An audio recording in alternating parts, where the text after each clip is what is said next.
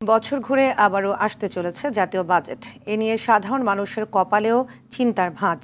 বিগত সময়ের অভিজ্ঞতা বলছে বাজেট এলেই কম বেশি দাম বাড়ে সব পণ্যের। তাই উচ্চাভিলাষী নয়, বাস্তবসম্মত বাজেট চায় সাধারণ মানুষ। কায়েস রাহাতের রিপোর্ট। বিগত স্বৈর সরকারের আমলে একের পর এক উচ্চাভিলাষী বাজেট দেখেছে বাংলাদেশ। বছর বছর ভ্যাট বাড়ানো যেন হয়ে উঠেছিল অলিখিত ঐতিহ্য।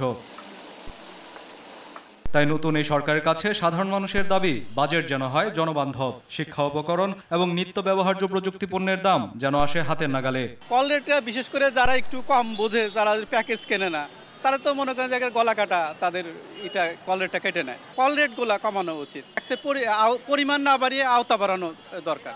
আমি যেহেতু একজন শিক্ষার্থী, তো আমি সবসময় চাইবো হচ্ছে আমাদের যে শিক্ষা উপকরণ, খাতা কলম, এই যে জিনিসগুলো যাতে হচ্ছে দাম কমিয়ে দেওয়া হয়। বাজেটের মধ্যে হচ্ছে ট্যাক্স কমিয়ে দিতে পারে, ওটা হচ্ছে সোলার প্যানেল, যেটা হবে কি এই বিদ্যুতের যে বাড়তি যে সমস্যাটা হয় সেই সমস্যাটা লাঘব হবে বলে আমি মনে করি। এত অ্যামাউন্টের বাজেট না হয়ে সেটা তো আমাদের থাকতে হবে, ক্যাপাসিটি থাকতে হবে।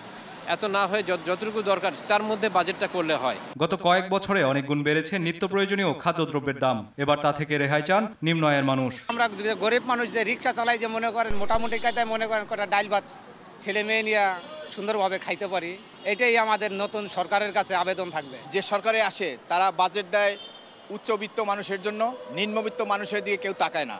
এই সরকার যদি আপনার খাদ্যদ্রব্য পণ্যদ্রব্যের উপরে আপনার ভর্তুকি দিয়া বাজেট করে, তাহলে এই জনগণ শান্তিতে বসবাস করতে পারবে, খাইতে পারবে, 4টা ডাল ভাত খাইতে পারবে। আমরা একটা জনবান্ধব বাজেট দেখতে চাই।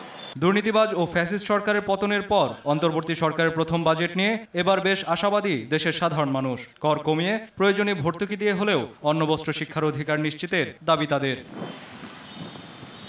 কায়েস রাহাত, RTV, ঢাকা।